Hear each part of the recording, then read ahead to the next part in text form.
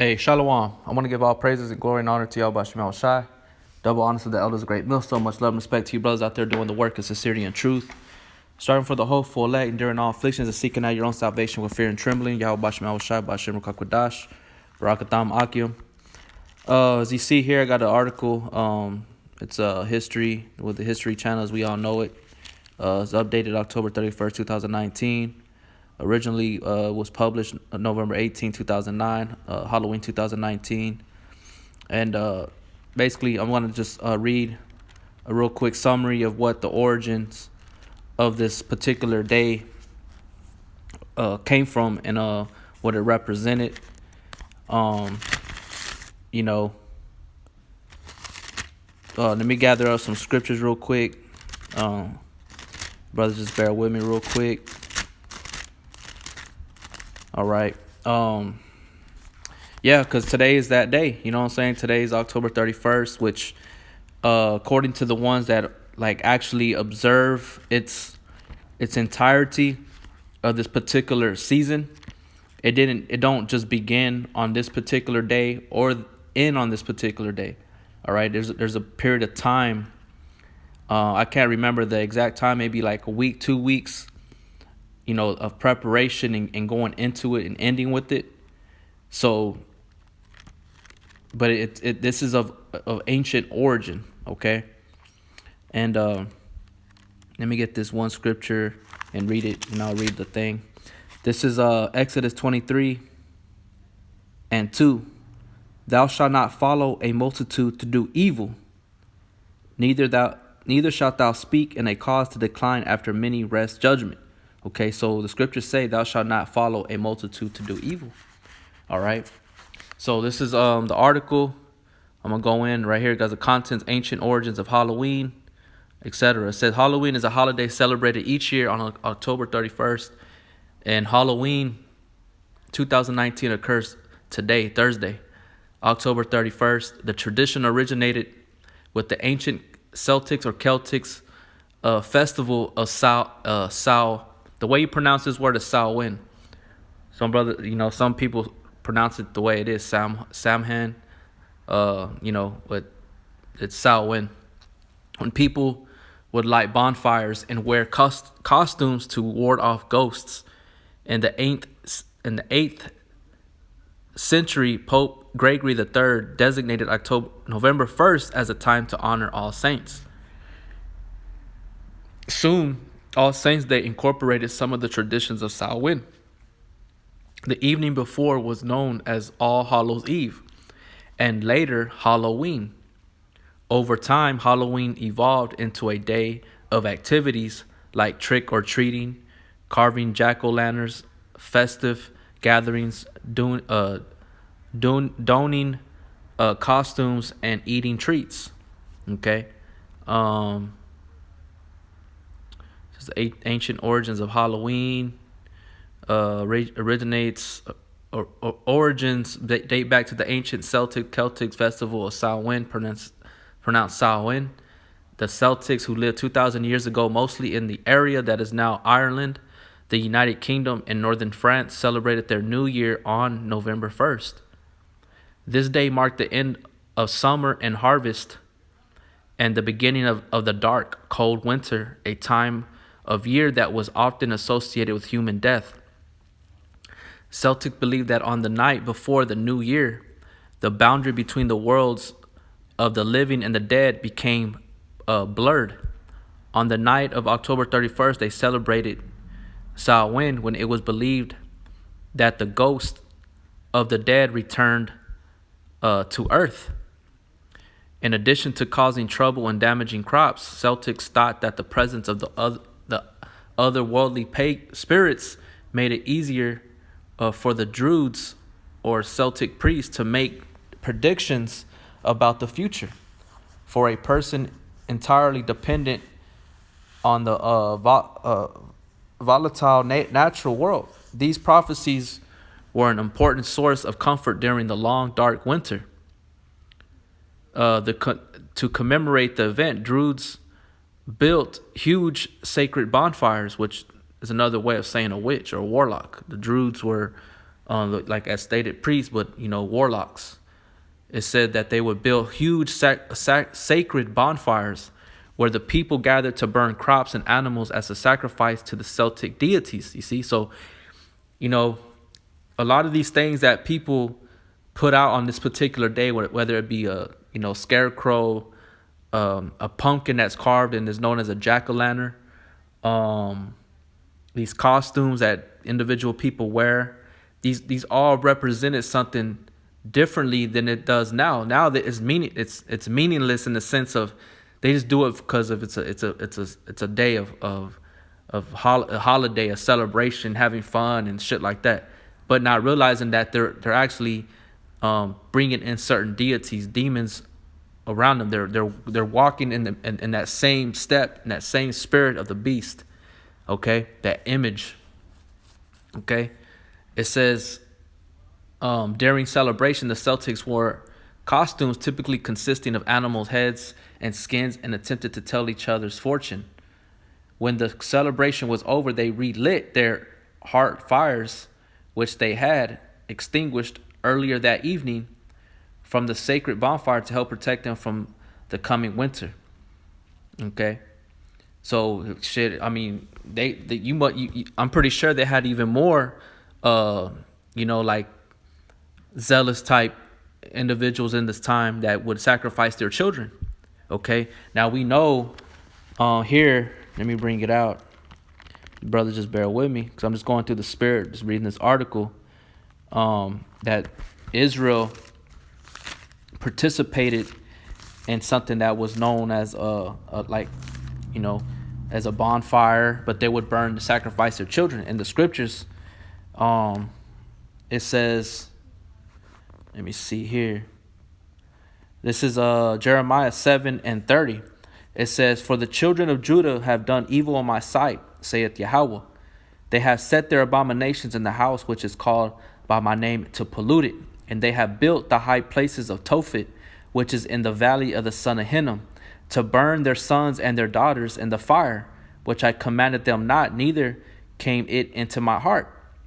You see, so they would burn. They would have there was actual place. In the Bible, the Zondervan Bible Dictionary says it was a place of burning trash. Okay, but here they would actually sacrifice their children in that fire. Okay, and the Lord didn't permit that. Okay, He was against that, and that's why you see these colleges, these high schools, they'll actually have a big old bonfire. Edomites are heavily into having bonfires. Okay, they're like gathering around it and shit like that, and and that goes back to something else, man. You know what I'm saying? So I'm gonna continue to read, and verse 32, Jeremiah 7:30. "Therefore, behold, the days come, saith Yahweh, that it shall no more be called Tophet, nor the valley of the son of Hinnom, but the valley of slaughter. For they shall burn in Tophet till there be no place." And there's no coincidence, because like it says in the book of Jeremiah, the Most High was or the book of Proverbs, the Most High is gonna give you to your own devices. Like I said, it's of no surprise. Look at what's going on in California, man. That place is lit on fire. This is Proverbs chapter 1, verse 29. "For they hated knowledge and did not choose the fear of the Lord. They would none of my counsel, they despised all my reproof. Therefore shall they eat of the fruit of their own way and be filled with their own devices. For the turning away of the simple shall slay them, and the prosperity of fools shall destroy them. But whoso hearkeneth unto me shall dwell safely, and shall be quiet from fear of evil." All right, like I said in verse 31, "Therefore shall they eat of the fruit of their own way and be filled with their own devices." You see, so that fire is part of it, man. Okay, Salakia, man. Let me bring out that one, Jeremiah 7:33. "And the carcasses of this people shall be meat for the fowls of heaven and for the beasts of the earth, and none shall fray them away. Then will I cause to cease from the cities of Judah and from the streets of Jerusalem the voice of mirth and the voice of gladness, the voice of bridegroom and the voice of the bride, for the land shall be desolate." Okay, so we all know through history what happened to Israel. During the time of Jeremiah prophesied of Israel, Judah being brought down and going into captivity under the Babylonians. Okay, so all these things that during this particular time, Halloween, All Hallows Eve, all right, that's what that really is, Hallows Eve. Halloween, you know, uh, today in the Christian church, especially the Catholicism, Catholics, they observe what is called All Saints Day. It's the same thing. Mexicanos, Días de los Muertos, you know what I'm saying, so forth and so on. Okay. By 43 AD, the Roman Empire had conquered the majority of the Celtic or Celtic territory, and the course of the 400 years that they ruled the Celtic lands, two festivals of Roman origin were combined with the traditional Celtic celebration of Samhain. The first was Feralia, a day in late October when the Romans traditionally commemorated the passing of the dead. The second was a day to honor Pomona, the Roman goddess of fruit and trees. The symbol of Pomona is the apple, and the incorporation of this celebration into Samhain probably explains the tradition of the bobbling for apples that is practiced today on Halloween. And one of the games that they do is that they fill up a bucket of water and they put apples, and you have to grab, not using your hands, you dump your head in and your face, you put your face down into that bucket trying to grab one of these apples. So everything springs from a particular origin. They get the ideas from ancient times, man. Okay? And the scriptures say, follow not a multitude to do evil. And look at all these witches right here. Straight up Edomites. Okay? And then you got All Saints Day, which is another form of Halloween, but they just masked it with, good words, or, dealing with saints. But the Lord said the Lord is the power of the living and not of the dead. He's a God of the living, not of the dead. All right.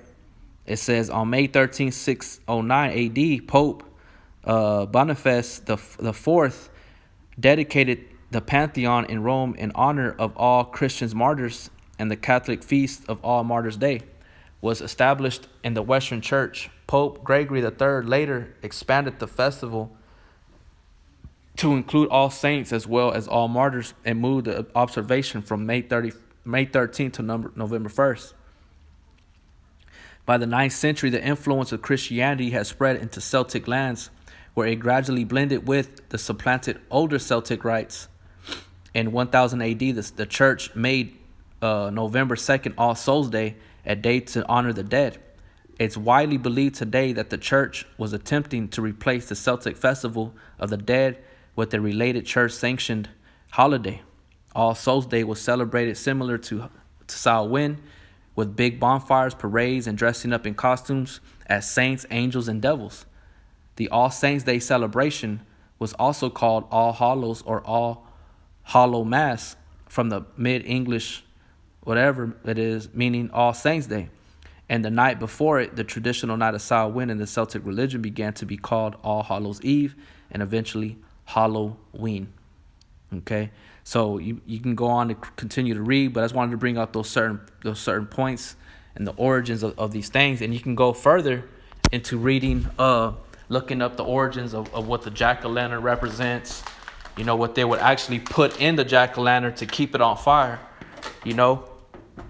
keep it lit, and what it was meant to do.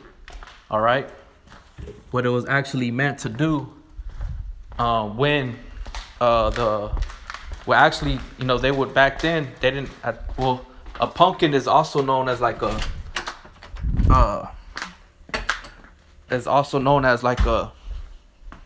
they're like squash. I believe there might be another word. Salakia, bros, give me 1 second. Come on. And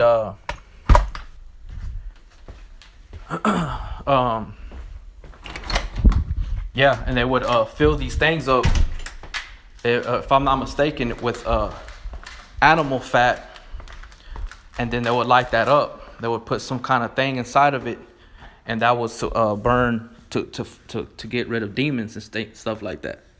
Okay. This is Deuteronomy chapter 18, verse 10. It says, there shall not be found among you anyone that maketh his son or his daughter to pass through the fire, or that useth divination, or an observer of times, or enchanter, or a witch. And that's what these Druze, they were just that. Okay? And they would dabble in stuff, man. You know what I'm saying? It says, or an enchanter or a witch. And we know what the scriptures say about a witch. It says that thou shalt not suffer a witch to live. Right? That is in Exodus 22 and 18. Thou shalt not suffer a witch to live. Okay? Because witches and warlocks are like a plague. They're like a pestilence, because those can afflict certain things on people, and you can't detect them. You can't find them unless through the Spirit the Lord's dealing with you. You can detect where these things are coming from, the origins of these certain curses are coming from. Okay, that's why they the scriptures say, "Thou shalt not suffer a witch to live," because they're on the left hand side, and they're on the they cause harm on people. Deuteronomy 18:11, or a charmer or a consulter with familiar spirits or wizards, or a necromancer. That necromancer is somebody that deals with the dead. Now you notice all these things is what people dress their costumes as. They dress up as whores, sluts. The scriptures talk about that as well. An adulteress, an adulterer, they shall be put to death. So they represent death. It says, for all that do these things are an abomination unto Yahweh, and because of these abominations the Lord thy power does drive them out from before thee. Thou shalt be perfect with the Lord thy power. For these nations which thou shalt possess hearken unto observers of times and unto diviners. But as for thee, the Lord thy power had not suffered thee to do so.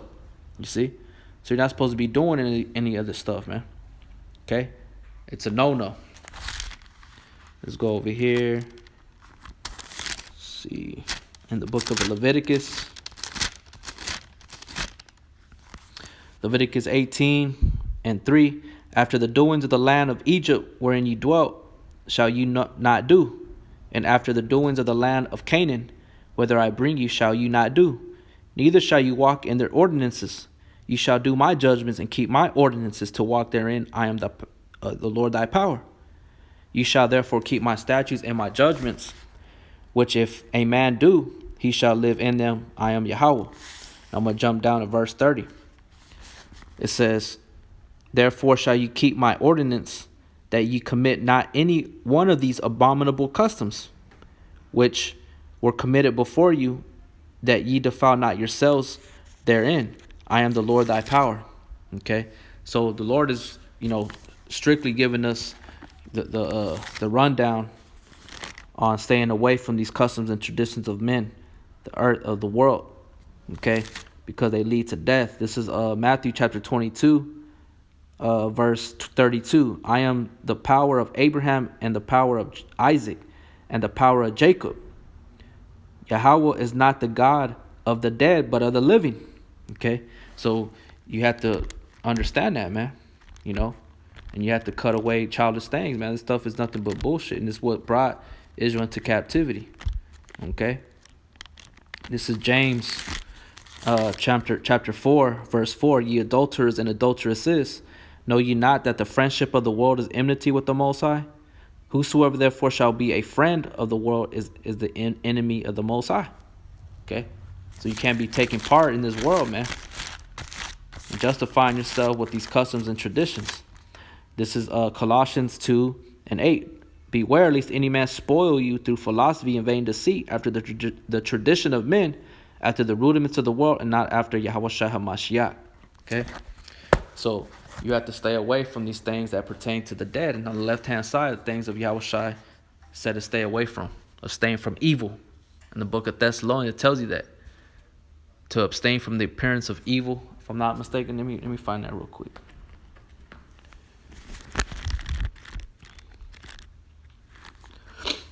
This is 1 Thessalonians 5:22. Abstain from all appearance of evil.